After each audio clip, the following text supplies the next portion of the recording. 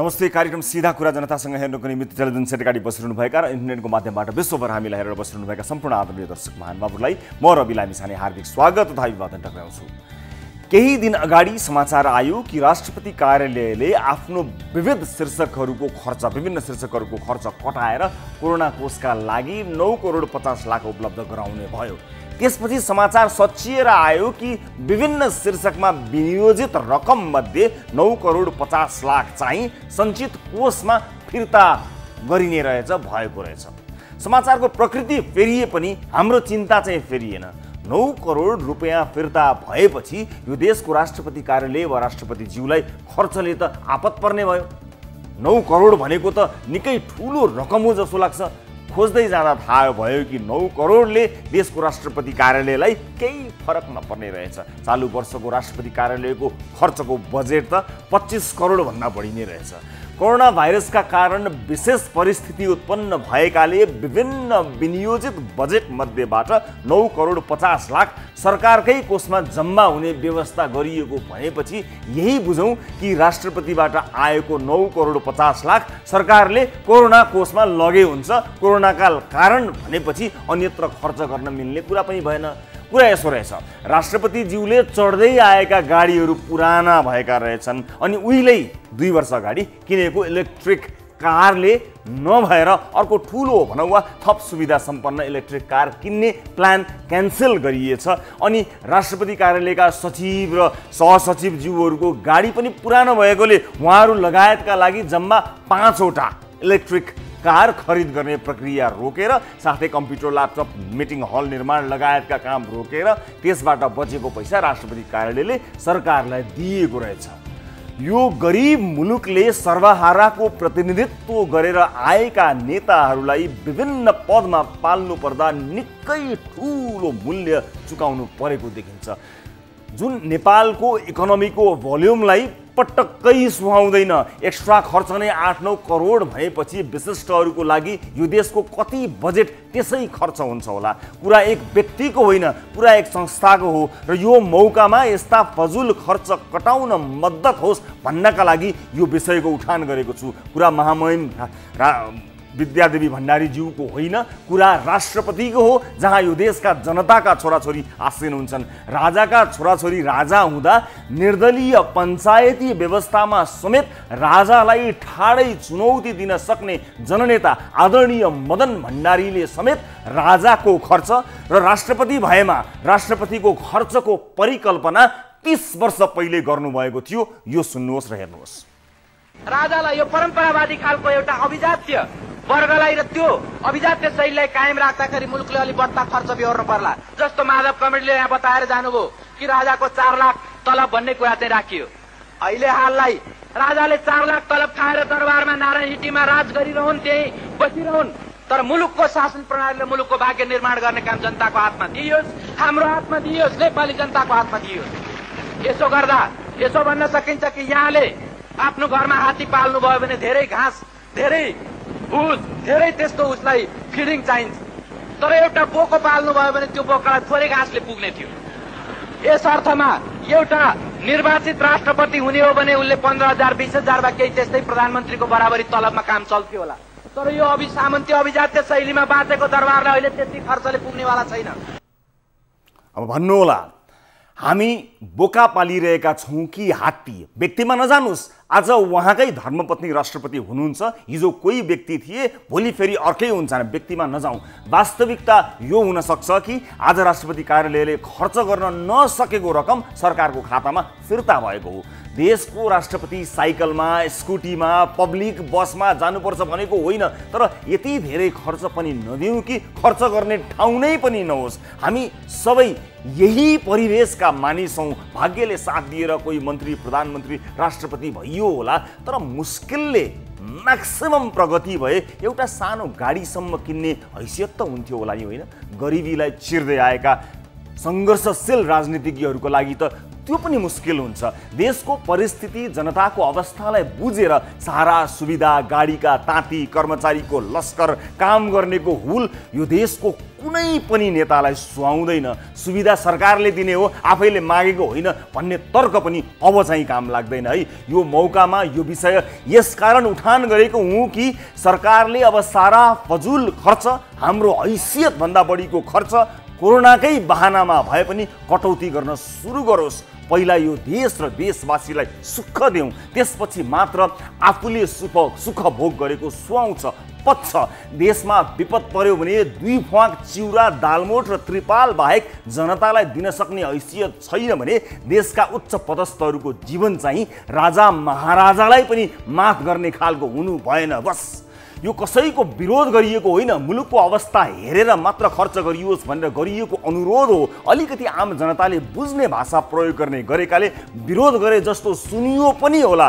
तर आज राति सुत्नु अघि सोच्नुहोस् र गएको 30 वर्षमा जनताको जीवनस्तर कहाँ पुग्यो, नेताहरूको जीवनस्तर कहाँ पुग्यो सोच्नुहोला।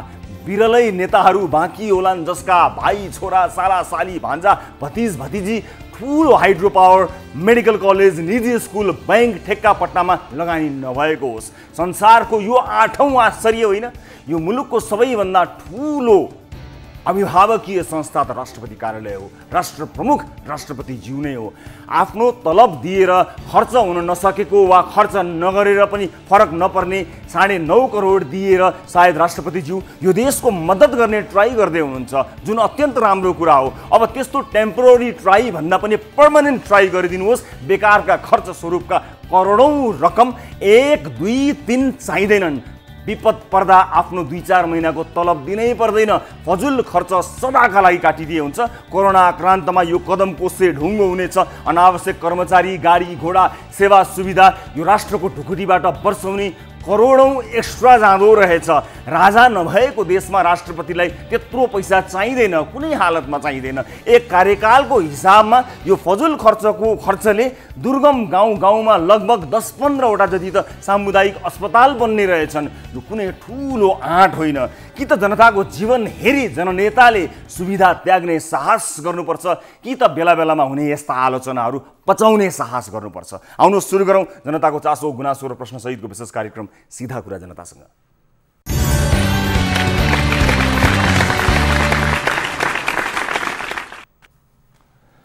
ब्रेकपछि स्वागत छ सम्पूर्ण आदरणीय दर्शक महानुभावहरूलाई कार्यक्रम सीधा कुरा जनतासँग। आदरणीय दर्शक महानुभावहरू, अर्को एउटा विशेष एपिसोडका साथमा उपस्थित छौँ। विगत केही समयदेखि हामीले हाम्रो कार्यक्रमलाई कोभिड-19 कोरोना भाइरससँग सम्बन्धित विषयहरूमा समर्पित गरेका छौँ। तपाईँलाई सूचना दिने, विभिन्न जानकारीहरू प्रदान गर्ने, अपडेटहरू प्रदान गर्ने, सचेत गराउने लगायत त्यसभित्रका पनि केही अनियमितताहरू छन् भने तिनका विरुद्ध पनि आवाजहरू प्रस्तुत गर्ने, सम्बन्धित निकायसँग कुराकानी गर्ने सिलसिलालाई अगाडि बढाइरहेका छौँ। त्यसैको निरन्तरता आजको कार्यक्रममा छ। आज विभिन्न विषयमा कुराकानी गर्न गइरहेका छौँ। दर्शक महानुभावहरू, उदयपुरको रिपोर्ट आजको कार्यक्रममा छ।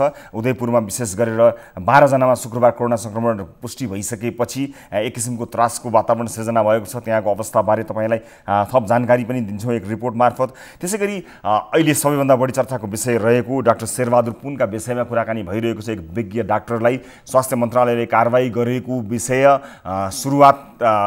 विषयलाई लिएर विभिन्न टीका टिप्पणी भएसँगै फेरि यो घटनाले अर्को मोड लिएको छ। डाक्टर शेरबहादुर पुनले एक विज्ञप्ति जारी गर्दै त्यसलाई सामान्य रूपमा लिन अथवा सञ्चार माध्यमहरूलाई यस विषयलाई नउठाइदिन अनुरोध समेत गर्नुभएको छ। हामीले कुराकानी गर्ने प्रयास पनि गरिरहेका छौँ।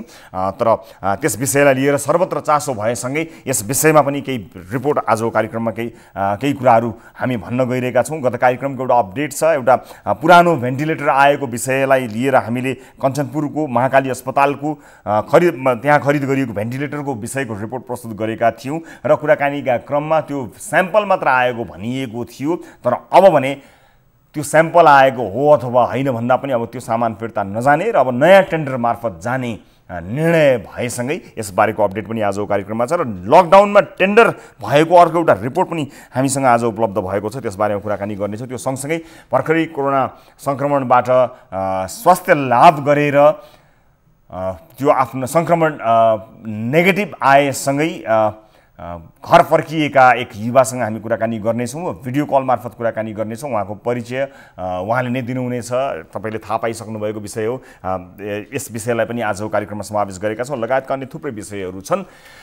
कार्यक्रमको सुरुवात ताली र गालीबाट गरौँ। यसअघिको कार्यक्रममा हाम्रो प्रश्न थियो, बाटोमा नागरिकहरू अलपत्र परेका छन्, गन्तव्यसम्म पुग्न भोकै प्यासै हिँडिरहेका छन्, सरकारले हेर्न सक्दैन, हिँडेरै जाउन्, ठिक छ भन्दै 8.20% अर्थात् 2260 जनाले तालीमा भोट गर्नुभएको छ भने होइन, यो गलत हो, सरकारले आफ्ना नागरिकलाई गन्तव्यसम्म पुर्याउन सहज गरिदिनै पर्छ भन्दै 91.80% अर्थात् 25,310 जनाले गालीमा भोट गर्नुभएको छ। र यो सँगसँगै स्थानीय सरकारहरूको समन्वयमा मानिसहरूलाई सहज गर्ने क्रमको सुरुवात भएको छ। यसका लागि सरकारलाई धन्यवाद दिनैपर्छ यो पहलका लागि। औपचारिक रूपमा त्यस्तो नदेखिए तापनि अनौपचारिक रूपमा मानिसहरूलाई सहज गर्ने प्रक्रियाको सुरुवात भइसकेको देखिन आएको छ, जसका लागि स्थानीय सरकार भनौँ, केन्द्र सरकार भनौँ, जो सम्बन्धित हुनुहुन्छ ती सबै धन्यवादका पात्र जरुर छन् र आम जनताको मत पनि यसैमा थियो। अब आजको विषय, लकडाउनको बेला साँझ बिहान मानिसहरू अत्यावश्यक भएरै सहर बजारतिर निस्केका हुन् त? लकडाउनको बेलामा मानिसहरू अत्यावश्यक भएरै सहर बजारतिर निस्केका हुन् त? हुन् जस्तो लागे ताली र होइनन् भन्ने लाग्छ भने गालीमा भोट गर्नुहोला। आफ्नो मत जाहेर गर्न हाम्रो पात्रोको एप्लिकेसन, मोबाइल एप्लिकेसन खोल्नुहोला। होम पेजमा रहेको ताली वा गाली भन्ने शीर्षकमा गएर आफ्नो मत अभिव्यक्त गर्न सक्नुहुनेछ र तपाईँका लागि भोटिङ सुरु हुन्छ। अब आउनुहोस् आजको विषयवस्तुतर्फ लागु। अब नेपालमा कोरोना भाइरस कोभिड-19 को संक्रमण भएर पनि 4 जनालाई निको भएर घर फर्किएका छन् भने अहिलेसम्म संक्रमितको संख्या 31 पुगेको छ। विदेशबाट आएका तथा भारतबाट आएका 16 नेपाली तथा भारतबाट आएका 15 भारतीयमा कोरोना संक्रमण देखिएको छ। र दुःखद कुरा, विश्वका विभिन्न मुलुकमा रहेको 28 जना नेपालीहरूको कोरोना संक्रमणकै कारण मृत्यु भएको छ।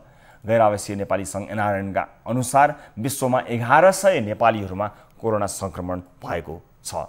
नेपालमा सबैभन्दा बढी उमेरकी संक्रमित बागलुङकी 65 वर्षीय वृद्धा, 21 वर्षीय पुरुष र 19 वर्षकी एक युवतीले कोरोना हालसालै जितेका छन् भनौँ।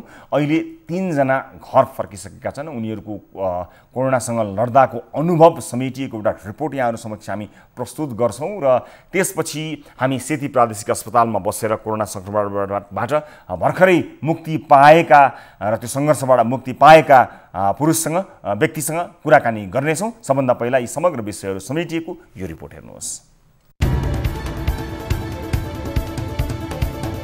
नेपालमा कोरोना संक्रमितको संख्या 31 पुगेको छ।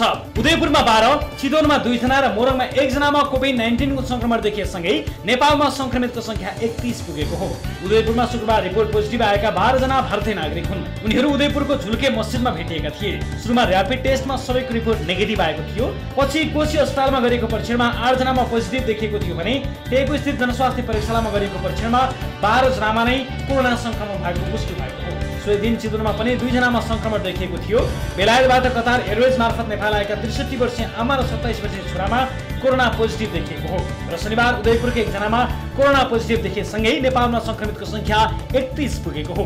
त्यस्तै हालसम्म नेपालमा 4 जना कोरोना संक्रमित निको भएर घर फर्किएका छन्। शनिबार 2 जनालाई अस्पतालले डिस्चार्ज गरेको छ भने आइतबार 1 जना डिस्चार्ज भएका हुन्। चैत्र 10 गते कोरोना पोजिटिभ देखिएकी दोस्रो कोरोना संक्रमित युवती टेको अस्पतालबाट घर फर्किएकी छिन्। उनी फ्रान्सबाट कतारको दुवा हुँदै चैत्र 4 गते नेपाल आएकी थिइन्। रोग लागेपछि त्यो आत्तिनु चाहिँ नि ह्युमन नेचरमै छ, तर नआत्तिनु होला भन्न चाहन्छु। केयर मलाई एकदमै पुगेकै छ यो हस्पिटलमा। मलाई राम्ररी हेरिदिनु भएको छ डक्टर अनिवास डक्टर सागर राजभण्डारीहरूले, उहाँहरूलाई थ्याङ्क यू भन्न चाहन्छु। त्यस्तै नेपालमा 6औं कोरोना संक्रमित बागलुङकी 65 वर्षीय वृद्धा पनि रिपोर्ट नेगेटिभ देखिएपछि बागलुङको धौलागिरी अञ्चल अस्पतालबाट डिस्चार्ज भएकी छिन्। उनीमा पनि चैत्र 20 गते संक्रमण पुष्टि भएको थियो। म अब यो सन्चो भएरै छोड्छु, यसलाई जितेरै छोड्छु भने म मेरो विश्वासले जितेँ। पानी खाएँ धेरै, 5 बोतलसम्म खाएँ मैले पानी उमालेर। दाल भात तरकारी दुध खाएँ। यता कैलालीको सेती प्रादेशिक अस्पतालको आइसोलेसनमा रहेर उपचार गरिरहेका 31 वर्षीय युवा पनि निको भई घर फर्किएका छन्। उनको चैत्र 22 गते परीक्षण गर्दा कोरोना पोजिटिभ देखिएको थियो। लागेको थियो मलाई, अब त्यस्तो केही लक्षणहरू पनि देखेको थिएन। त्यसै कारणले अब मलाई ठिक होला जस्तो लाग्छ। किन आफ्नो राम्रोसँग केयर गर्नु पर्यो, अब आफूले अब त्यत्रो हिम्मत हार्नु भएन, मान्छेहरूले अब आफ्नो हिम्मतलाई बनाइराख्नु पर्यो, जस्तै आफ्नो त्यस्तै निकल्छौँ भनेर केही हुन्न भनेर। त्यस्तै विश्वका विभिन्न ठाउँमा रहेका 28 जना नेपालीको कोरोना संक्रमणको कारण मृत्यु भएको छ। 1135 जना गैर-आवासीय नेपाली संक्रमित भएका छन्। नेपालमा कोरोना संक्रमणको संख्या बढ्दै जाँदा विभिन्न शंका उपशंका उब्जिने गरेका छन्। सोही क्रममा जनकपुरमा 2 महिलाले शंकास्पद तरिकाले बाटोमा पैसा फालेको हल्ला फैलिएको थियो। ती दुवै महिलाको परीक्षण गर्दा कोरोना नेगेटिभ देखिएको छ भने उनीहरूले पैसा फालेको कुनै तथ्य नभेटिएको प्रहरीले जनाएको छ। कोरोना भाइरसबाट हालसम्म विश्वका 210 देशका 23,47,000 भन्दा बढी संक्रमित भएका छन् भने 1,61,000 भन्दा बढीको मृत्यु भएको छ, जसमध्ये 6,05,000 भन्दा बढी मानिस निको भएका छन्। यसबाट सबैभन्दा बढी अमेरिकामा 39,000 भन्दा बढी मानिसको मृत्यु भएको छ।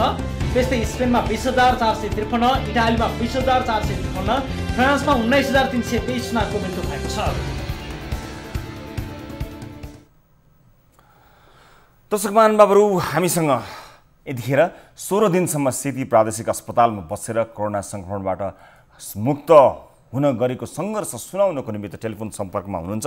म उहाँलाई अब उहाँको नाम सार्वजनिक गर्न गइरहेको छु। कैलालीबाट राज कोली हामीसँग जोडिनु भएको छ। राजजी नमस्ते, स्वागत छ तपाईँलाई।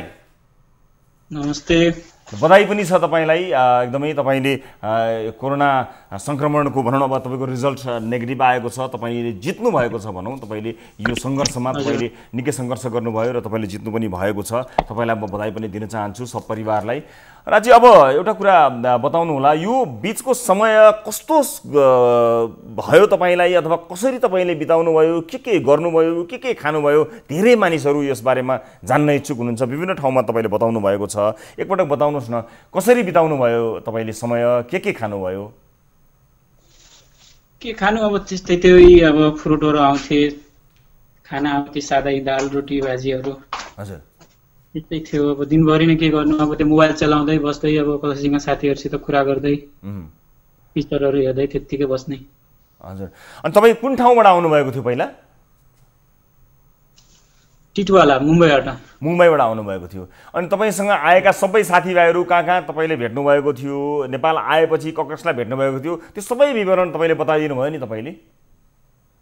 हजुर, त्यो अब पहिले चाहिँ त्यहाँको पूर्व साइडका धेरै थिए मान्छेहरू, चिनजानेको त कोही छैन। हजुर, यतातिरको मान्छे थिए। अब यतातिरको आफ्नो गाउँको चाहिँ 4 जना थिए। हजुर, 3 जना थिए। हजुर, अब त्यो चाहिँ अब त्यही महेन्द्रनगर धनगढीमा गोरीफन्डानेर भेट भएको थियो 4 जनाको।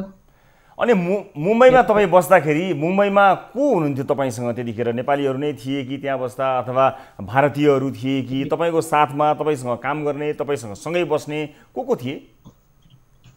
भारतीयहरू थिए मसँग, नेपालीहरू चाहिँ कोही थिएन। म अब होटलमा काम गर्ने चाहिँ भारतीय मात्रै थिए।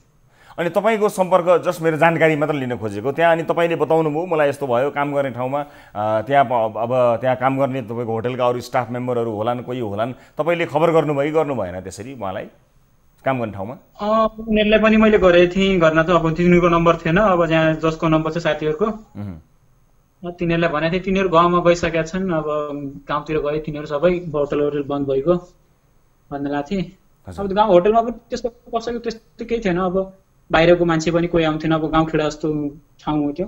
हजुर, अनि अब तपाईँले जब तपाईँलाई संक्रमण भएको रिपोर्ट आयो, अब मिडियामा तपाईँले सुरुमा गोप्य राख्नुभयो, हाम्रो केही कुराकानी पनि भयो, तपाईँको परिचय सबै गोप्य राखियो। तैपनि त्यस बिचमा तपाईँले कस्तो, तपाईँप्रति व्यवहार कस्तो गरेको पाउनुभयो तपाईँले? अस्पतालको होइन कि अन्य? किनभने नजिकै त कहीँ कतै त थाहा त भयो होला परिवार अथवा अन्य आफन्तजनहरूमा, तपाईँलाई कस्तो किसिमको व्यवहार गरियो, के कस्तो व्यवहार हुँदो रहेछ, कस्तो तपाईँले के महसुस गर्नुभयो, जस्ट जान्नको लागि मैले सोधेको।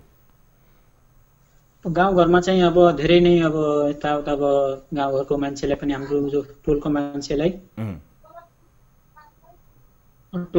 चाहिँ अब त्यस्तै भनेको थियो। अब यताउता अब काहीँ नहन्नु, अब लकडाउन पुरा यता घरको अगाडि पछाडि त्यहाँ पुरा गेट हालेर एकदम नाकाबन्दी गरिदिएको थियो। यताउता अब नजान पाइने, काहीँ नजान पाइने, जाँदा पनि यताउता अब नआउँ यताउता भन्थ्यो गरे, धेरै ताना मार्थ्यो गरे घरवालालाई पनि।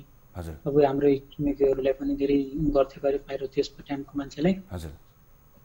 अब त्यही कुरा सुन्दा अब बुरा पनि लाग्छ। अब एक कुराको कारणले सबै त्यस्तो भन्दा। हजुर, अनि ठिक छ। अनि अस्पतालमा चाहिँ कस्तो किसिमको व्यवहार भयो तपाईँलाई? डाक्टर नर्सेसहरूले कसरी व्यवहार गर्नुभयो? व्यवहार भन्दा पनि तपाईँलाई भनौँ न कसरी अब औषधि केही चलाइयो कि चलाइएन? सामान्य रुगा खोकी केही तपाईँलाई सिम्पटम्स केही पाएको भए के गरियो? कसरी कति कति समयमा फोन आउँथ्यो कि कोही टाढाबाट भेट्न आउँथ्यो कि फोनबाट परामर्श हुन्थ्यो कि अस्पतालमा चाहिँ कस्तो चिज के कुराहरू भयो? अस्पतालमा चाहिँ अब नर्सहरूको पनि ठिकै थियो भनौँ। नर्सहरूले पनि अब टाइममा अब गोली खाने बेला गोली खाऊ भनेर कल पनि गरिहाल्थे। अब त्यही नर्सहरूले औषधि खाने बेलामा औषधि भन्नुहुन्थ्यो। हजुर, औषधि खाने बेला भाइ औषधि खाइहाल्नु भनेर भन्नुहुन्थ्यो। टाइममा जे चाहियो फोन गरिहाल्नु, टेन्सन नमान्नु, केही हुन्न तिमीहरूलाई यताउता। ठिकै थियो। अरू नर्सहरूले पनि एकदमै राम्रो गरेको थियो अनि डक्टरहरूले पनि ठिकै गरेको थियो भनौँ। अब टाइममा कल गरिहाल्थ्यो कि कस्तो छ भाइ भनेर, एकदमै राम्रो गरेको थियो। जस तपाईँ सम्पूर्ण रूपमा सन्तुष्ट हुनुहुन्छ जस्तो किसिमको सेवा पाउनुभयो, जसरी तपाईँलाई उपचार गरियो राखियो, तपाईँ सन्तुष्ट हुनुहुन्छ? हजुर हजुर। अब संसारका धेरै मानिसहरूलाईमा यो सङ्क्रमण देखिएको छ। विश्वमा धेरै नेपालीहरू, अरू देशमा भएका नेपालीहरू पनि, जहाँ भए पनि नेपालीहरू हुनुहुन्छ। हाम्रो चिन्ता त नेपालीहरूकै हो, उहाँहरूमा पनि सङ्क्रमण भएको छ। अब तपाईँ सङ्क्रमणलाई जितेर आउनुभएको मान्छे, तपाईँको विशेष सल्लाह अथवा यसो गर्नु होला है, कसैलाई सङ्क्रमण भए यो कुरा गर्नु, यो नगर्नु, यसरी मतलब हुन्छ नि अब आत्तिने कुरा नआत्तिने कुरा, खानपिनका कुरा, व्यवहारको कुरा, तपाईँबाट के सिक्न सकिन्छ? के सल्लाह के सुझाव दिन चाहनुहुन्छ तपाईँ? अब सबैले अब जस्तो भनेपछि अब धेरै यस्तो अब मान्छेहरूसँग धेरै क्लोज हुनु भएन अनि हात सेकेन्ड मिलाउने यताउता गर्ने त्यो गर्नु भएन। केही गरे पनि लास्टै अब राम्रोसँग त्यो हात वास गर्ने अनि तातो पानी चाहिँ खाइरहने, त्यो टेन्सन लिनु भएन मान्छेहरूले। हजुर, टेन्सनले पनि ज्यादा चेप्छ बिमारहरूले अनि टेन्सन लिनु भएन। एकदम फ्री भएर केही हुन्न, मलाई सोच्नु पर्यो ठिक भइहाल्छ भनेर सोच्नु पर्यो। आत्मबल बलियो हुनु पर्यो अलिकति होइन? बलियो भन्नु पर्यो मान्छे। एउटा सोधि त मन लागेको तपाईँलाई, थाहा पाउने बित्तिकै चाहिँ कस्तो हुँदो रहेछ? मतलब मानवीय स्वभावै हो हुन त अलिकति कस्तो फिल हुँदो रहेछ आफूलाई? मलाई यस्तो भयो, पोजिटिभ आयो भन्ने बित्तिकै नर्भस भइँदो रहेछ कि आत्तिँदो रहेछ कि ओहो मलाई अप्ठ्यारो पर्ने भयो भन्ने तपाईँलाई चाहिँ कस्तो फिल भयो? मान्छे पिछेको फरक होला, तपाईँलाई चाहिँ ठ्याक्कै कस्तो महसुस भयो त्यो थाहा पाउने बित्तिकै? अब त्यतिको भनेपछि अब कस्तो त्यो अब यत्रो विश्वमा नेपाल अब फैलिएको छ त्यो रोग भनेपछि अब धेरै जस्तो मान्छे त मरि पनि सकेका छन्, हजारौँमा लाखौँमा गिनिसकेका छन् मान्छे मरेको पनि। अब त्यो सुनेपछि त अब साइन अजिब लाग्छ कि अब त्यस्तो कुरा लाग्यो डर पनि लाग्छ एउटा कुराबाट। डर लागेको थियो चिट्ट। अब त्यस्तो पनि मलाई पनि अहिले अब धनगढीमा ल्याउँदा मलाई त्यस्तो केही पनि भनेन कि अब कि अब तिमीलाई कोरोना लाग्छ तिमीलाई चेकअप गर्न जानुपर्ने हो यताउता पनि केही भनेन कि मलाई। अब सिधा ल्याएर तिमीलाई केही भएको छैन एकचोटि चेकअप गराएर वापस आइहाल्नु पर्ने भनेर मलाई भेजेको थियो। अनि मैले पनि ठिकै छ त्यस्तो चेकअप गराएर आउने हो भनेपछि ठिकै छ जान्छु म भनेको थिएँ। म आउँदा त्यहाँ अनि पछि यस्तो सुन्दा नर्सले भन्नुभयो कि अब 14 दिन अझै नै बस्नुपर्छ यहाँ। मैले सोचेँ त अनि त्यसपछि मैले अनि डक्टरलाई फोन गरेको थिएँ के कस्तो यस्तो यस्तो भनिरहेको छन्। त्यस्तै होला पोजिटिभ भयो होला भनेर पछि थाहा भयो कि मलाई पोजिटिभ भएको छ भनेर। अनि डर लाग्थ्यो कि अब के हुने हो कस्तो हुने हो। एक दिन पहिल्यै दिन जो दिन मैले सुनेको थिएँ त्यो दिन एकदमै आँटेको थिएँ क्या के हुने हो कस्तो हुने हो भन्ने डराएँ। अनि पछितिर अब भित्र राख्यो अनि कुराहरू बुझेँ कुराहरू सुनेँ अनि पछि लाग्यो कि अब केही हुन्न मलाई त्यस्तो अब लक्षणहरू पनि केही छैन, सबै कुरा पनि राम्रो छ अनि मलाई त्यस्तो केही नहोस् केही हुन सक्दैन आफूले हिम्मत गरिदिएँ अनि सबै कुराहरू राम्रो छ। अब अन्त्यमा तपाईँ अब अहिले घरमा फर्किनु भएको छ, घरमा चाहिँ परिवारसँगै बस्नु भएको छ कि अथवा तपाईँलाई अलगै बस्ने सल्लाह दिएको छ कि अलग बस्ने भए कति दिनलाई के सल्लाह दिएको छ? तपाईँ के गरिरहनु भएको छ अहिले? अहिले चाहिँ अब त्यहाँ डाक्टर सरले भन्नुभएको थियो कि अब 7 दिनसम्म चाहिँ अहिले हजुरले अलग बस्दिए अरू राम्रो होला अलगै बस्नु पर्यो अनि पछितिर केही हुन्न अनि 7 दिनपछि हामीले पनि एकचोटि चेक गर्न आउँछौँ 7 दिनसम्म अलगै बस्नुपर्छ भने ठिकै छ भनेर मैले पनि अनि घरमा आएर अनि अलग मेरो अलग हुनुहुन्छ परिवारहरूभन्दा तपाईँ जस अलगै भनौँ न एक हिसाबले क्वारेन्टिनमा बसे जस्तै भनौँ अलिकति अलग तरिकाले बस्नु भएको छ। हजुर त्यही क्वारेन्टाइन जस्तै भनौँ अब अलगैमा भनौँ। हजुर बसिरहनु भएको छ।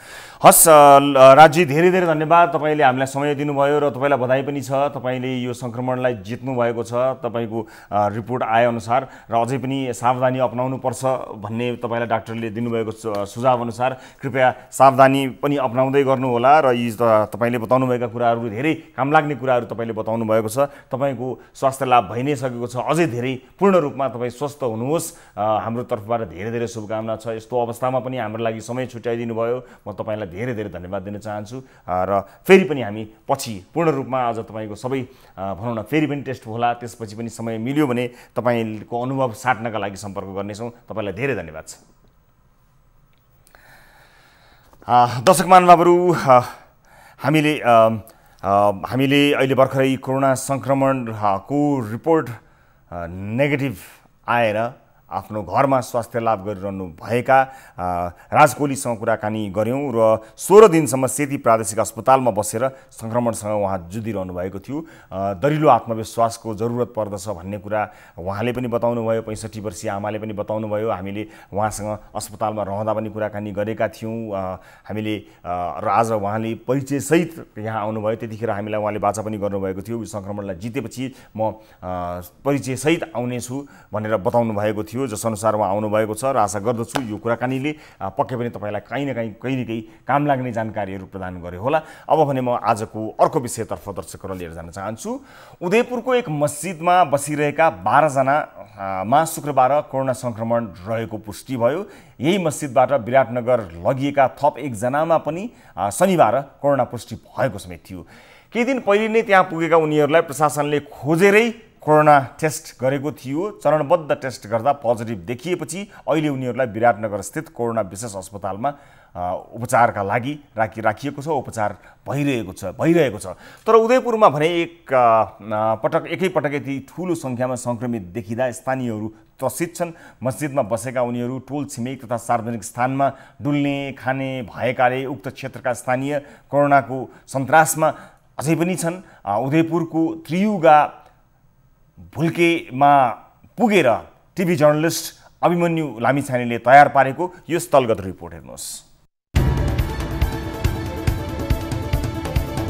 केही दिन अघि भारतीय सञ्चार माध्यमले नेपालबाट भारतमा कोरोना संक्रमण फैलाउने ठूलो षड्यन्त्र भएको भन्दै समाचार प्रसारण गरे। भारतीय सञ्चार माध्यमले भारतीय सीमा सुरक्षा बलले त्यस विषयमा काटेको पत्रलाई आधार मान्दै समाचार बनाएका थिए। पछि उक्त पत्र नै गलत साबित भएको थियो। समाचार प्रसारण भएको केही दिनपछि वीरगञ्जमा 3 जना भारतीयमा कोरोना भाइरसको संक्रमण देखियो। त्यसको केही दिनपछि फेरि उदयपुरमा 13 जनामा भाइरसको संक्रमण देखिएको छ, जसमध्ये 12 जना भारतीय नागरिक रहेका छन्। उदयपुरको त्रियुगा नगरपालिकामा एकैचोटि 13 जनामा संक्रमण देखिएपछि अहिले सम्पूर्ण नगरवासीहरू त्रासमा छन्। ओएसडी देखेका 13 सहित 15 जना लकडाउन हुनु अगावै सिवाईमा बसेर झुल्की गएका थिए। कोरोना संक्रमितसँगै अन्य मुस्लिम धर्मावलम्बीहरू पनि मस्जिदमा जाने आउने गर्नुको साथै स्थानीय चिया पसल किराना पसलहरूमा खुल्ला रूपमा आउने र चिया खाने गरेको स्थानीयहरू बताउँछन्।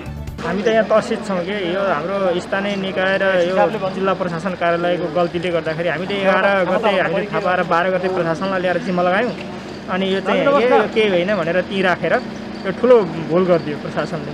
त्यसलाई त्यतिखेर क्वारेन्टाइन लागेको यो स्थिति आउँदैन थियो। यहाँ चाहिँ उदयपुर जिल्लाको चाहिँ पारी गाईहाटको मस्जिद र जलजलेको मस्जिद, यिनीहरू सबै मस्जिद जति सबै हिँडेर बजारमा पुरै व्यापक रूपमा हिँडेको मान्छेहरू। मुस्लिमहरू इन्डियाबाट भारतबाट चाहिँ आएका रहेछन्। उनीहरूलाई चाहिँ ल्याबिङ टेस्ट गराउनका निम्ति हामीले आग्रह गऱ्यौँ पटक पटक। यहाँको जिल्ला प्रशासन नगर चाहिँ हाम्रो चाहिँ स्थानीय सरकार लगायतको चाहिँ सम्पूर्ण शक्ति भएर चाहिँ एउटा स्वास्थ्य परीक्षणका निम्ति चाहिँ लग्यो, जसको परिणामस्वरूप प्रदेशबाट चाहिँ गराउँदा 8 जनामा संक्रमण देखा पर्यो। स्थानीयले चैत्र 11 गते प्रशासनलाई जानकारी गराएको भए पनि चैत्र 14 गते मात्रै अनुगमन गरिएको थियो। देशमा भारतीय मुस्लिम समुदायका व्यक्ति र 4 जना नेपाली झुल्के मस्जिदमा भेटिएका थिए। संक्रमण देखिएपछि अहिले उक्त मस्जिदलाई सिल गरिएको छ। ती संक्रमित व्यक्तिहरू उहाँहरू बसेको यो मस्जिदलाई अहिले पूर्णतया चाहिँ सिल गरेर राखेका छौँ। त्यसलाई चाहिँ त्यो लकै गरेर राखेका छौँ। त्यसपछि त्यसको त्यो लोकालिटी त्यो वरिपरि त्यो एरियामा लगभग 52-55 घरहरूलाई चाहिँ अहिले सिल गरेर चाहिँ राखेका छौँ हामीले। त्यहाँ कुनै पनि मान्छे इन आउट हुन दिएका छैनौँ। र त्यो सिल गरिसकेपछि अहिले प्रदेशबाट आएको यो स्वास्थ्य टिमले चाहिँ यो स्वाबहरू चाहिँ लिने परीक्षणको लागि स्वाबहरू लिने काम गरेको छ। संक्रमित भारतीयहरूको ट्राभल हिस्ट्री हेर्दा डिसेम्बर 10 मा नेपाल प्रवेश गरेको देखिन्छ भने मोरङ सुनसरीका विभिन्न मस्जिदमा 3 महिना घुमफिर गरेको देखिन्छ। फागुन 3 गतेदेखि 5 गतेसम्म 70 को बेदवसाई नगरपालिका 5 को जाजरमा भएको नेपाली इष्टमा सहभागी हुँदै 70 को फतेपुरमा फागुन 25 गते, चौदण्डीगढी नगरपालिका 5 सिवाईमा फागुन 19 गते र त्रियुगा नगरपालिकाको मोतियाई हुँदै झुल्के मस्जिदमा चैत्र 5 गते पुगेका थिए। नगरपालिकामा थप संक्रमण फैलन नदिन लकडाउनलाई थप बढाइ गर्ने र स्यानिटाइज गर्ने कार्य भइरहेको छ। हामीले वडा समिति सबै परिचालन गरेका छौँ। उनीहरूलाई को जाने को त्यसमा आएको थियो त्यसको ट्रेस गर्ने कामहरू हामी अगाडि बढाएका छौँ। यसलाई सेनिटाइजर गर्ने कामहरू हामीले थाहा पाउने बित्तिकै गरिसकेका छौँ र मुख्य रूपमा चाहिँ सबैभन्दा पहिले आफ्नै ठाउँमा लकडाउनमा भइदिनलाई पनि अनुरोध पनि गरेका छौँ, अपिल पनि गरेका छौँ। साथै जो सम्पर्कमा उहाँहरूसँग 12 जनाको सम्पर्कमा यदि आउनुभएको छ भने हाम्रोहरूलाई सम्पर्कमा आइदिनुहोस्। हामी चाहिँ उहाँहरूलाई चाहिँ उपचारको व्यवस्था गराउँछौँ, स्वाब टेस्ट गराएको व्यवस्था गराउँछौँ। कोही त्यस्तै नभागिदिन हुनुको लागि पनि अनुरोध गरेका छौँ। उदयपुरको चौदण्डीगढी नगरपालिका 5 सिवाई स्थित मुस्लिम बस्तीमा अहिले पनि 6 जना भारतीय छन्। भारतको कुनौली आसपासका उनीहरू एक स्थानीयकोमा पाउन आएका हुन्। हाल संक्रमण देखेका व्यक्तिहरूसँग यिनीहरू पनि सम्पर्कमा रहेकाले चौदण्डीगढी नगरपालिकामा समेत संक्रमण फैलिएको हुन सक्ने आशंका गरिएको छ। दर्शक महानुभावहरू, यहाँहरूलाई विशेष अनुरोध के छ भने यसलाई लिएर कुनै पनि किसिमका साम्प्रदायिक कुराहरू नल्याउन, नलेख्न, प्रचार नगर्न हामी विनम्रतापूर्वक अनुरोध गर्न चाहन्छौँ। यो महामारी यो रोग हो। यहाँ कुनै सम्प्रदायको कुरा हुँदैन, धर्मको कुरा हुँदैन, जातिको कुरा हुँदैन। कुनै पनि कोणबाट यसलाई रङ दिने, रङ भर्ने कोसिस कसैले पनि नगरिदिनु हुनको लागि पनि हामी विनम्रतापूर्वक अनुरोध गर्न चाहन्छौँ। रोगलाई रोगका रूपमा मात्र हेरियोस् र एउटा जुन किसिमको वातावरणमा, जुन किसिमको समाजमा हामी एकअर्का प्रति चरम विश्वास र भाइचारामा बाँचेका छौँ, त्यो परिस्थितिलाई खलबल पुर्याउनेहरूदेखि सावधान रहन पनि म विनम्रतापूर्वक अनुरोध गर्न चाहन्छु। र यतिखेर अन्य व्यक्तिहरूसँगको कन्ट्याक्ट ट्रेसिङ र परीक्षणको तयारी के हुँदैछ बुझ्नका लागि हामीले उदयपुरको त्रियुगा नगरपालिकाका मेयर बलदेव चौधरीलाई टेलिफोन सम्पर्कमा ल्याएका छौँ। मेयर साहब नमस्कार, स्वागत छ यहाँलाई कार्यक्रममा। नमस्कार मेयर साहब। अब अहिले पछिल्लो समयमा यो कन्ट्याक्ट ट्रेसिङ गर्ने, उहाँहरू कहाँ कहाँ जानुभएको थियो, कसलाई भेट्नुभएको थियो त्यो हेर्ने, त्यसलाई भनौँ न ती मानिसहरूलाई पहिचान गरेर टेस्ट गर्ने लगायतका यावत कुराहरू कुन अवस्थामा छ, कसरी गरिरहनु भएको छ, कतिजनामा टेस्ट गर्नुभयो, त्यहाँको ताजा अवस्था एकचोटि जानकारी पाउनुहुन्छ मेयर साहब? हामी सर्वप्रथम त जसलाई हामी भारतबाट आएको थियो र नेपाली 4 जना थियो, जम्मा 16 जना, उनीहरूलाई लकडाउनदेखि नै हामीले मस्जिदमा लकडाउन गरेका थियौँ। फर्स्टचोटि टेस्ट गर्दाखेरि उनीहरूको नेगेटिभ आएको थियो, फेरि पनि स्वाब टेस्ट गर्दाखेरि उहाँहरूको पोजिटिभ आयो। त्यसैले हामीले विराटनगर कोरोना हस्पिटलमा उहाँहरूलाई विशेष कोरोना हस्पिटल पठायौँ र तुरुन्तै हामीले प्रदेशसँग समन्वय गरेर हामीले 69 जना, प्रत्येक घरको 53 घर परिवारको एक जना परिवारलाई हिजो नै टेस्ट गरेर हामीले स्वाब टेस्ट विराटनगर कोरोना पठायौँ। त्यसपछि सङ्घीय मन्त्रालयसँग समन्वय गरेर स्वास्थ्य मन्त्रालय, स्वास्थ्य मन्त्रीज्यूको समन्वय गरेर आज हेलिकप्टर ल्याएर 153 जनालाई, सम्पूर्ण 53 घर परिवारका सम्पूर्ण सदस्यहरूलाई हामीले टेस्ट गरायौँ र टेस्ट गराउँदैको अवस्थामा केही प्राविधिक कारणले गर्दाखेरि सबैलाई गर्न नसकेनौँ। 18 जना बाँकी रह्यो र त्यो 18 जनालाई भोलि टेस्ट गराउने, भोलि 8:30 बजेदेखि टेस्ट गराउने तयारी छौँ र वरपर छिमेकीहरूलाई पनि हामीले टेस्ट गर्ने लिस्ट हामीले 70 जनाको लिस्ट अझै थप तयारी गरिसकेका छौँ। आज 153 जना मध्ये 134 जनाको टेस्ट गरेर त्रियुगा नगरपालिकाको समाधानमा एम्बुलेन्सबाट अहिले त्यो सबै स्वाब टेस्ट गरेको कुराहरू हामी कहाँ टेकु अस्पताल पठाइसकेका छौँ र राति 1 बजे पुग्छ। त्यसपछि केही सामानहरू घटेको छ, टेकु अस्पतालबाट तिनीहरू ल्याएर बाँकीका टेस्टेडहरू चाहिँ भोलि बिहानबाट सुरु गर्ने हामी तयारी गरेका छौँ।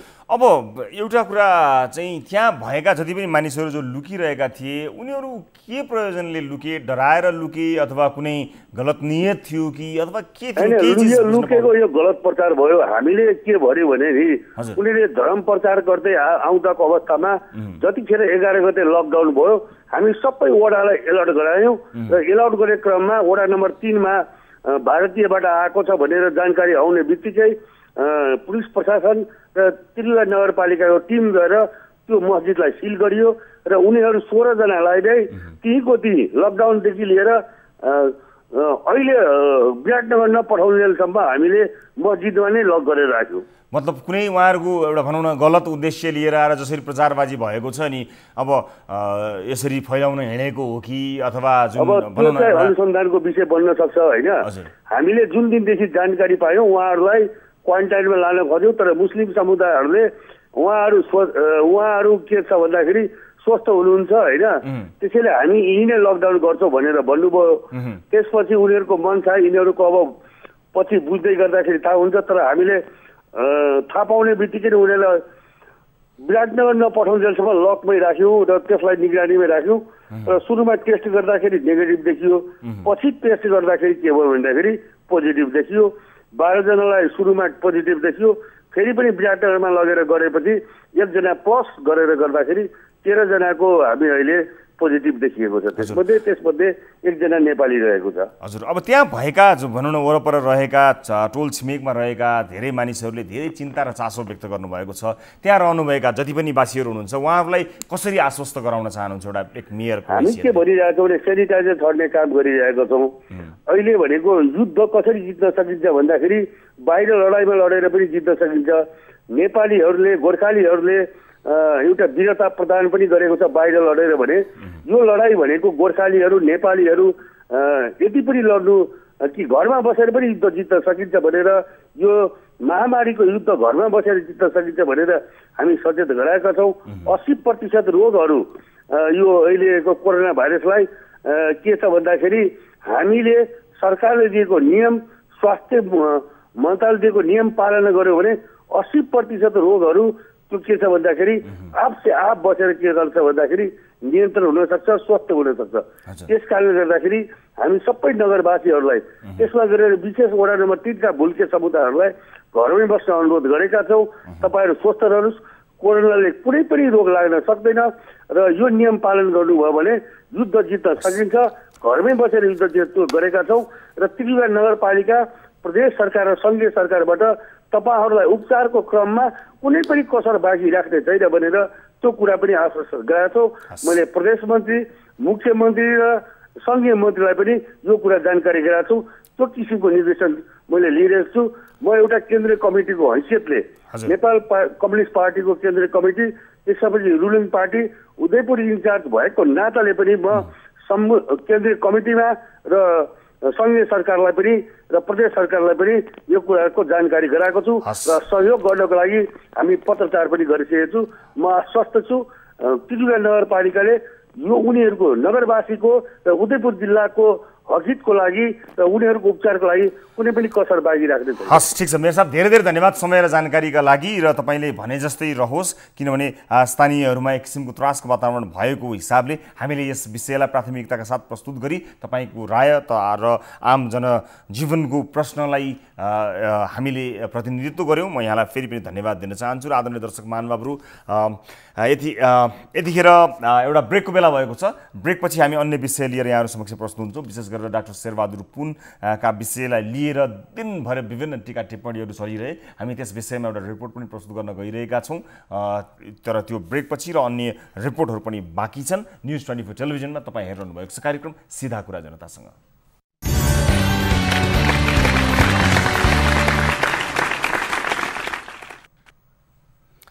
ब्रेकपछि स्वागत छ सम्पूर्ण आदरणीय दर्शक महानुभावहरूलाई कार्यक्रम सिधा कुरा जनतासँगमा। दर्शक महानुभावहरू, विभिन्न विषयहरू प्रस्तुत गर्दै सम्बन्धित निकायसँग प्रश्न गरिने यो कार्यक्रमको प्रारूपमा पछिल्ला केही श्रृङ्खलाहरूमा हामी कोभिड-19सँग सम्बन्धित विषयहरूमा मात्र केन्द्रित छौँ। यससँग सम्बन्ध राख्ने रिपोर्टहरू प्रस्तुत गर्दै त्यससँग सम्बन्धित व्यक्तिहरूसँग कुराकानी गर्दै तपाईँलाई सूचना, विभिन्न जानकारी र विभिन्न खबरदारीहरू गर्दै आइरहेका छौँ।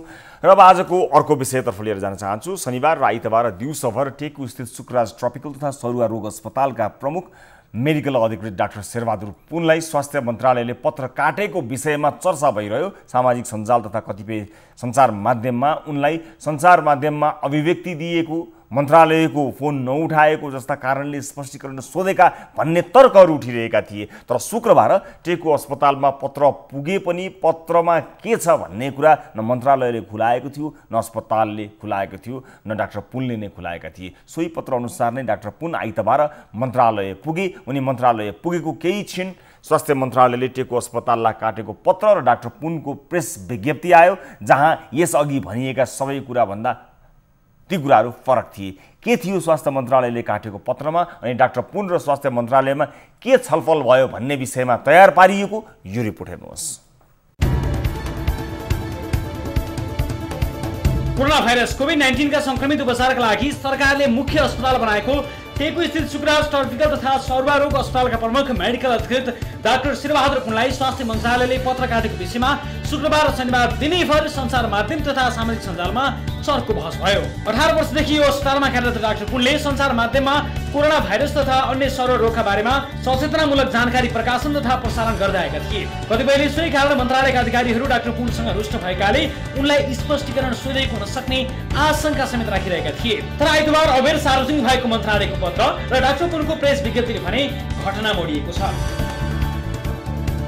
वैशाख 5 गते स्वास्थ्य मन्त्रालयले सचिव स्तरीय निर्णय भन्दै अस्पताललाई काटेको पत्रमा अस्पतालको काममा प्रभाव नपर्ने गरी कोभिड-19 को अभियानमा सहयोग पुर्याउने कामका लागि डाक्टर पुनलाई मन्त्रालय पठाइदिनु हुन अनुरोध गरिएको छ।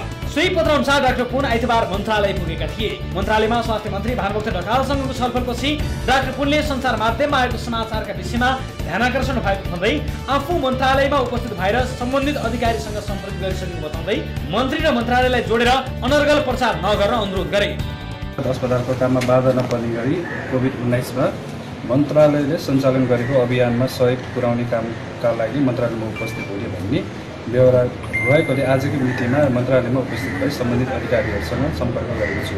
यसलाई मैले आफ्नो वृत्ति जीवनको सामान्य प्रक्रियाको रूपमा लिई आफ्नो नियमित काममा क्रियाशील रहेको छु। अन्ततः यस सम्बन्धमा माननीय मन्त्रीज्यू र मन्त्रालयसँग जोडी अनर्गल प्रचारहरू नगरिदिनु होला र विश्वव्यापी पेन्डेमिक रूपमा भएको कोभिड-19 को मारबाट मुलुकलाई बचाउन एकताबद्ध भइदिनु हुन सम्बन्ध सबैमा अनुरोध गर्दछु। यसरी कोभिड-19 को संक्रमण बढ्दो क्रममा रहेको अवस्थामा नेपालका एकमात्र भाइरोलोजीमा पीएचडी गरेका तथा यसअघि सर्वरोगको महामारीमा समेत खटिएका चिकित्सकका विषयमा सरकारले गरेको निर्णय तथा पत्राचारले समेत समाजमा तरङ्ग ल्याएको हो। सरकारले उनलाई स्पष्टीकरण सोधेको आशंकामा स्वास्थ्य मन्त्री सहित सरकारको आलोचना सुरु भएको थियो, तर सरकारले उनलाई स्पष्टीकरण नसोधेको पुष्टि भएको छ। बिना प्रमाण यस्ता मनगन्तव्य हेडलाइनका समाचार बनाई मान्य मन्त्रीज्यूको चरित्र हत्या गर्ने, कोभिड-19 को रोकथाम नियन्त्रण उपचारमा खटिने टिमको ध्यान भङ्ग गरी जनतामा नैराश्य छर्ने कार्य भएको हुँदा यसको जति नै शब्दमा निन्दा गरे पनि अपर्याप्त हुने देखिन्छ। कोभिड-19 को जोखिमले सारा विश्व अस्तव्यस्त भइरहेको समय पनि यस मन्त्रालयको उच्च स्तरको टिम अहोरात्र कोभिड-19 को उपचार र रोकथाममा खटिरहेको बेला बिना तथ्य बिना प्रमाण गालीका तुच्छ शब्दहरू प्रयोग गरी व्यक्तिको मनोबल गिराउने र समाजमा नकारात्मक सन्देश जाने समाचार सम्प्रेषण गर्ने कार्य पटक पटक भइरहेको हुँदा अबदेखि समाचार प्रसारण गर्दा पर्याप्त प्रमाणसहित मात्र गरिदिनु हुन समेत जानकारी गराइन्छ। दर्शक महानुभावहरू, आम सर्वसाधारणले अहोरात्र खटेका चिकित्सकलाई माया गरी उनीमाथि अन्याय भयो कि भनेर चासो अभिव्यक्त गरेका छन् सामाजिक सञ्जालमा। अभिव्यक्तिको स्वभाव, अभिव्यक्तिका भाषाहरू सबैका आफआफ्नै भए तापनि समग्र रूपमा चिकित्सकहरूप्रति अन्याय नहोस् भन्ने आम मानिसको चासो नै देखिन्छ।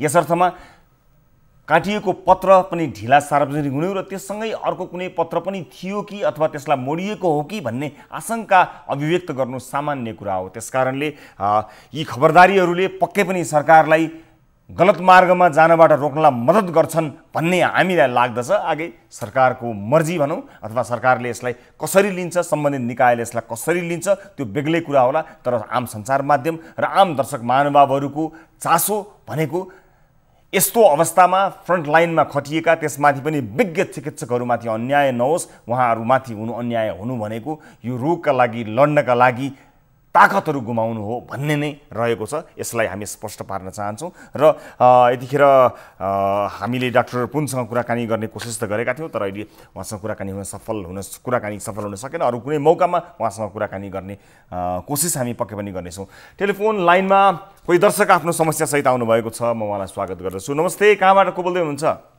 नमस्ते रवि दाई, हामी यो सुनौली बोर्डरको नौतिना भन्ने क्वारेन्टाइनबाट बोलिरहेका छौँ सर। सुनौली बोर्डरबाट बोलिरहनु भएको छ, कतिजना हुनुहुन्छ तपाईँहरू त्यहाँ? हामी सर 316 जनाको हाराहारीमा छौँ। 316 जना त्यहाँ हुनुहुन्छ। के समस्यामा हुनुहुन्छ, के का लागि हामीलाई सम्पर्क गर्नुभयो बताउनुहोस् न। सर हामीलाई चाहिँ यहाँ बोर्डरमा आएपछि यहाँको 31 गते भनेपछि आज 20 दिन पहिला 14 दिन क्वारेन्टाइनमा बस्ने भनेर यहाँ ल्याएर भारतको यो नौतुनामा ल्याएर राखियो। हजुर। अनि हामी यहाँ क्वारेन्टाइनमा 14 दिन बस्यौँ सर। त्यसपछि आज 20 दिन भयो, न नेपालतिरबाट कोही आउँछ सर, न हामीलाई खाना बस्नको खासै सुविधा पनि छैन सर। लेडिज साना बच्चाहरू हुनुहुन्छ, सबै हुनुहुन्छ सर। नेपाल सरकारले हामीलाई हेर्दै हेरेन सर। अब एउटा कुरा तपाईँलाई म फेरि मेकस्योर गर्छु है, कहिलेकाहीँ हामीले भनेको हुन्छ सरकारदेखि प्रधानमन्त्रीले नै खानालाई कसैलाई दुःख छैन, बस्न खान सब व्यवस्था गरेका छौँ, होइन यो बेकार हो, पुरानो फोटो पुरानो भिडियो भनेर भन्नुहुन्छ। मेकस्योर गर्नु होला है, तपाईँहरूले खाना पाएर पनि नपाएको भन्नुभएको हो कि बस्न पाएर पनि नपाएको भन्नुभएको हो कि, किनभने सरकारले त्यसो भनिरहेको छैन। साँच्चै नै तपाईँहरू समस्यामा पर्नुभएको हो, खाना अथवा बस्नको समस्यामा पर्नुभएको हो? सर अब हाम्रो अब बिहान 3 बजे गएको लाइन राति 8 बजे आउँछ सर। अनि सरकारले 14 दिन क्वारेन्टाइनमा भन्यो, 14 दिन हामीले सरकारको नियमको पालन गऱ्यौँ सर।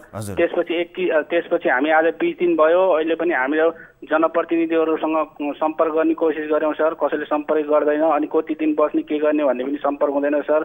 अब यो हामी बसेका होस्टेलमा सर 115 जना जति छौँ होइन सर, 115 जना छौँ साथै यहाँ। अनि एउटा टोयलेट बाथरुम छ सर। अब कसरी म्यानेजमेन्ट गरे होला तपाईँले आफै बुझ्नुहुन्छ सर। 100+ मान्छेको लागि एउटा टोयलेट बाथरुम? हजुर सर। अनि खानाको व्यवस्था? खाना त सर अब जसरी तसरी बरु एक छाक भए पनि खाएर बसिन्थ्यो होला। अब सरकारले केही अब निर्णय गर्दैन सर कि 1 महिना बस्नुपर्छ, तिमीहरू 2 महिना बस्नुपर्छ भन्नुपर्छ दाइ। अब हामी यहाँको 14 दिनभन्दा पहिला यहाँको डक्टर आएर हामीलाई राम्रै गरेका थियो। 14 दिन हुनुभन्दा अघि अब हामीलाई खाना खायो कि नै भनेर सोध्ने, अब यताउता डक्टरहरू आउने चेक पनि गर्नुभयो। लास्ट हामीलाई 12 दिन भएपछि अब भोलि तिमीहरूलाई भोलि पर्सिमा लिएर जान्छ, लास्ट टेस्ट हो भनेर हामीलाई टेस्ट पनि गर्नुभयो। अनि सबै ओके भयो, ओके हुनुहुन्छ, तपाईँलाई केही भएन भनेर निकालिसकेपछि डाक्टरहरू पनि त्यहाँदेखि आउनु भएको छैन सर। अनि अहिले त्यसपछि अहिले तपाईँहरूलाई फेरि चेक भएको छैन केही? त्यसपछि हामीलाई चेक भएको छैन सर। 14 दिनपछि हामीलाई चेक भएको छैन। अब हामी मध्येमा कसैलाई त्यस्तो बिमारको शङ्का पनि छैन, भएको पनि छैन सर। कुनै लक्षण कसैमा देखिएको छैन? हजुर सर। नजिकैको कुन जिल्लामा हुन्छ त्यहाँबाट नेपालको, जहाँ तपाईँ अहिले हुनुहुन्छ नौतुनाको, त्यहाँ नजिकै कुन जिल्ला छ नेपालको तपाईँको? यो भैरवा जिल्ला सर। भैरवा त्यहाँबाट भैरवा नजिक चाहिँ भैरवा पर्यो? हजुर भैरवा हो जिल्ला।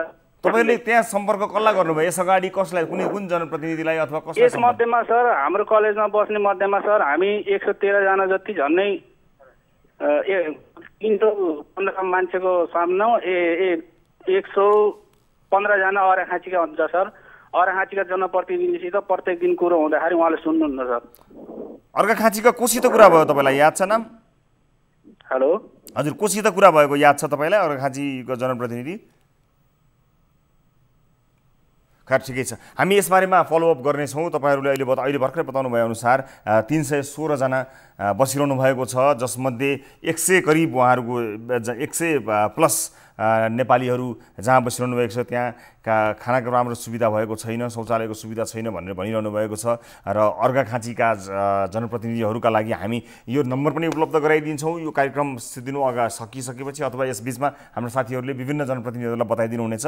उहाँहरूको फोन नकाटिएको भए उहाँको सम्पर्क नम्बर पनि हामी लिने थियौँ। उहाँहरूको टेलिफोन सम्पर्क यदि पाउन सकिन्छ भने म मास्टर कन्ट्रोल रुममा रहेका साथीहरूलाई भन्न चाहन्छु त्यस टेलिफोन सम्पर्क उहाँहरूको टेलिफोन नम्बर हामी सार्वजनिक गरिदिउँ, ताकि सम्बन्धित अर्घाखाँचीका जनप्रतिनिधिहरूले उपलब्ध गराउनुहुन्छ। मलाई नम्बर प्राप्त हुँदैछ, उहाँको नम्बर 9842 814573 9842 81 45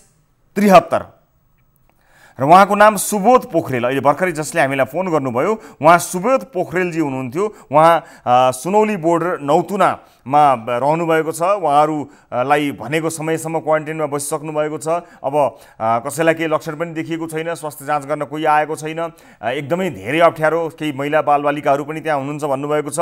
फेरि एकपटक विशेष गरेर अर्घाखाँची का जनप्रतिनिधिहरूका लागि विशेष यो जानकारी जो हुनुहुन्छ सुबोध पोखरेलजीले हामीलाई सम्पर्क गर्नुभयो। 98 42 81 45 73 नम्बरमा सम्पर्क गरी कृपया उहाँहरूलाई मद्दत गर्ने पहल गरिदिनु होला र हाम्रो तर्फबाट गर्ने फलोअप हामी पक्कै पनि गर्नेछौँ। भिडियो कलमा कोही जोडिसक्नु भएको छ, म उहाँलाई पनि स्वागत गरिहाल्छु। नमस्ते, कहाँबाट को बोल्दै हुनुहुन्छ तपाईँ?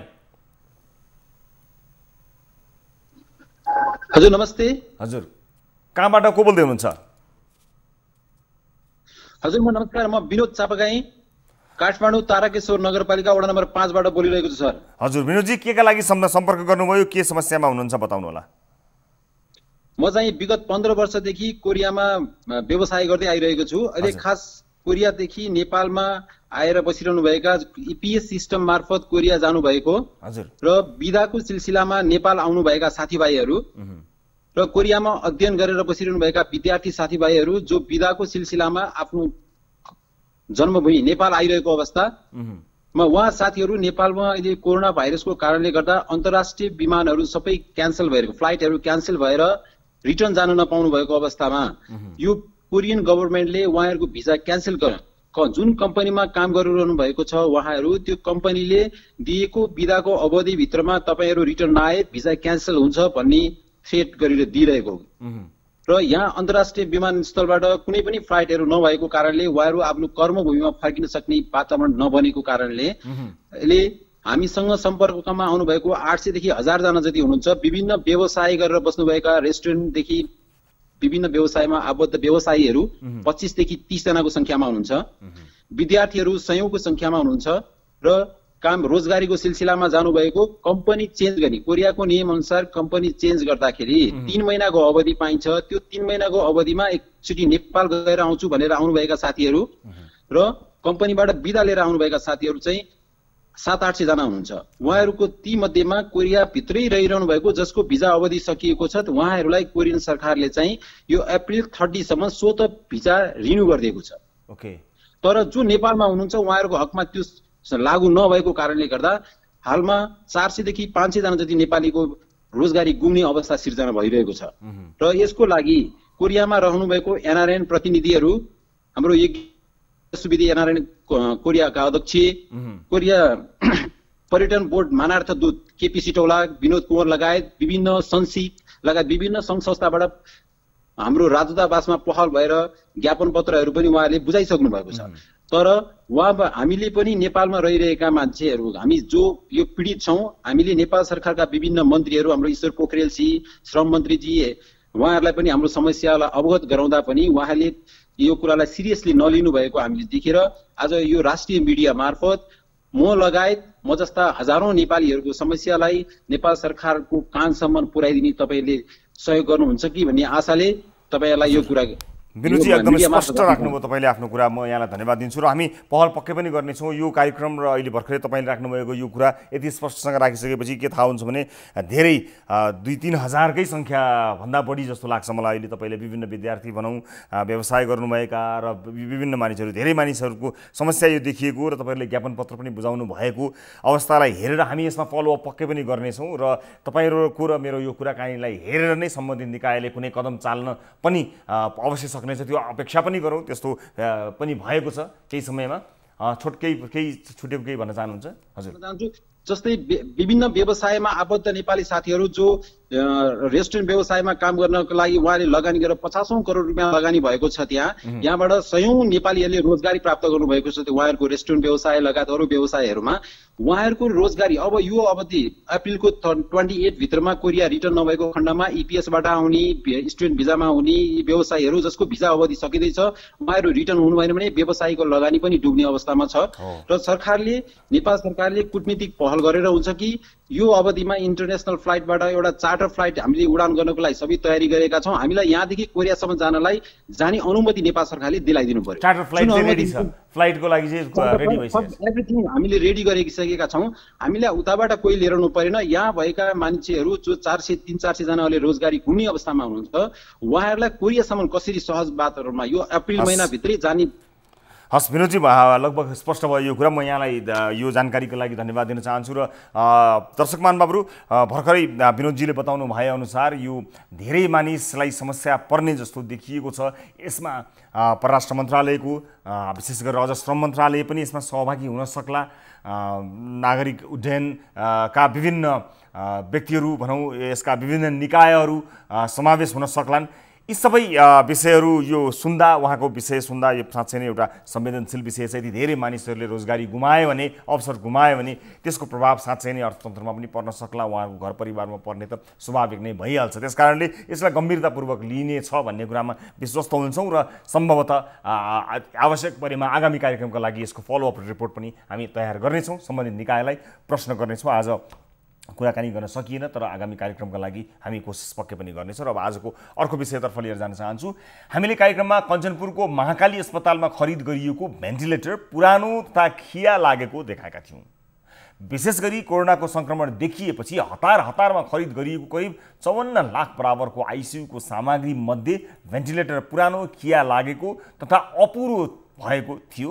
काठमाडौँको आरजी सप्लायर्सले ठेक्का पारेपछि सम्झौता नै नगरी अस्पतालमा पुर्याएको सामानका विषयमा हामीले आरजी सप्लायर्सका सँग सम्बन्धित व्यक्ति म्यानेजर हुनुहुन्छ उहाँ ज्ञान शङ्कर देवलाई लाइभ कार्यक्रममा प्रश्न पनि गरेका थियौँ र उनले अस्पतालमा पठाएको सामान स्याम्पल मात्र भएको दाबी गर्दै फाइनल सामान नभएको तर्क समेत गरेका थिए। उनको यही अभिव्यक्तिपछि अस्पतालले महत्त्वपूर्ण निर्णय गरेको छ। साथै अहिले उक्त सामान खरिद प्रकरणका सम्पूर्ण कागजपत्र अख्तियार दुरुपयोग अनुसन्धान आयोग कञ्चनपुरले लिएको छ। अब अस्पतालले के गर्छ भन्ने विषयमा कञ्चनपुरबाट टिभी जर्नलिस्ट सुरेश भट्टले पठाएको यो फलोअप रिपोर्ट हेर्नुहोस्।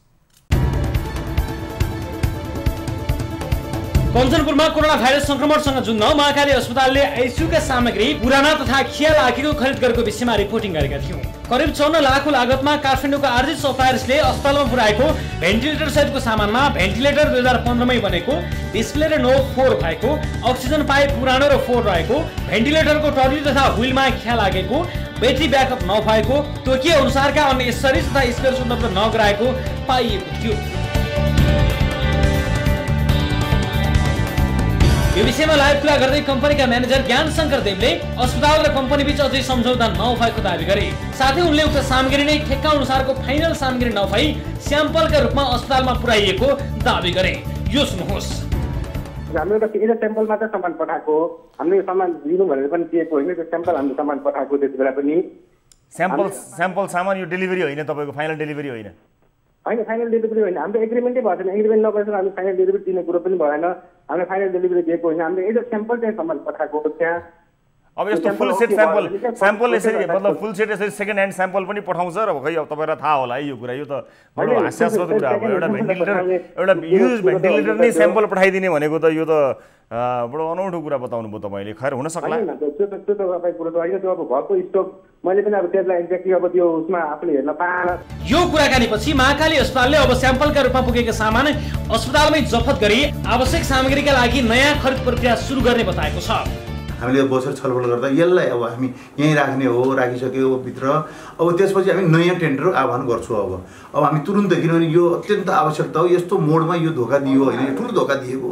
यस्तो धोका दिएको बेलामा अब जीव ज्यानको सवाल छ। कोरोना यस्तो चाहिने छ, भोलि पोजिटिभ आउने बित्तिकै हामीले हेर्नुपर्ने अवस्थामा यो धेरै लापरवाही गर्यो। त्यो सरकारले जानोस्, कानुनले जानोस्, सरकार भन्दा कानुनले जानोस्, कानुनले अगाडि पाठोस्।